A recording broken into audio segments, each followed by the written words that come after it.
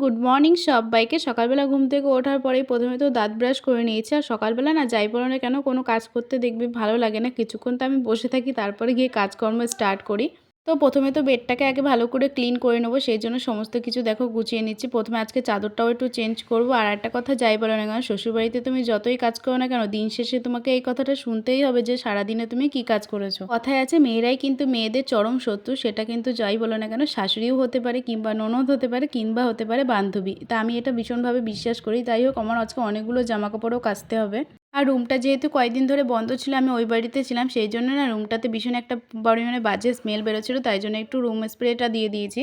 তো এখন তো চলে এসেছি, আমি বাসন কোসন মাজা হয়ে গেছে, এখন রান্না করব, তাই জন্য রান্নাঘরে চলে এসেছি। প্রথমে তো ভাতটা বসিয়ে দিয়েছি, আজকে যেহেতু ডাল করব তাই। আর তার সাথে করব পার্শে মাছ। তা দেখো পার্শে মাছগুলো কিন্তু বেশ ভালোই ছিল। তারপরে মাছগুলোকে ভালো করে ধুয়ে বেছে পরিষ্কার করে নিয়েছে। আর এদিকে ডালটাও দেখলাম হয়ে গেছে, তাই ডালটাকে সাঁতলে দিয়েছি। আর ডালের সঙ্গে খাওয়ার জন্য একটু আলু ভাজবো, তাই জন্য দেখো প্রথমে আলুগুলোকে ভেজে নিয়েছি, তারপরে এবার মাছগুলোকে ভেজে নিয়ে মাছের একটা ঝোল তৈরি করব। কিন্তু মাছগুলো না ভাজার সময় অনেকগুলোই ভেঙে গেছে, মাছটা অতটাও ভালো ছিল না। আলু দিয়েই করেছিলাম মাছের ঝোলটা। তারপরে একটু ডালের সঙ্গে খাওয়ার জন্য পাঁপড়ও ভেজেছিলাম। এই ব্যাট পাঁপড়গুলো খেতে আমার বেশ ভালো লাগে। তারপর কিছু জামাকাপড় ভিজিয়েছিলাম, সেই জামাকাপড়গুলোই কেচে দিয়েছিলাম, যেহেতু আজকে খুব সুন্দর রোদ বেরিয়েছিল। তো আজকের ভিডিও এই পর্যন্ত। ভালো লাগলে অবশ্যই লাইক কমেন্ট শেয়ার করো, আর চ্যানেলটাকে সাবস্ক্রাইব করো।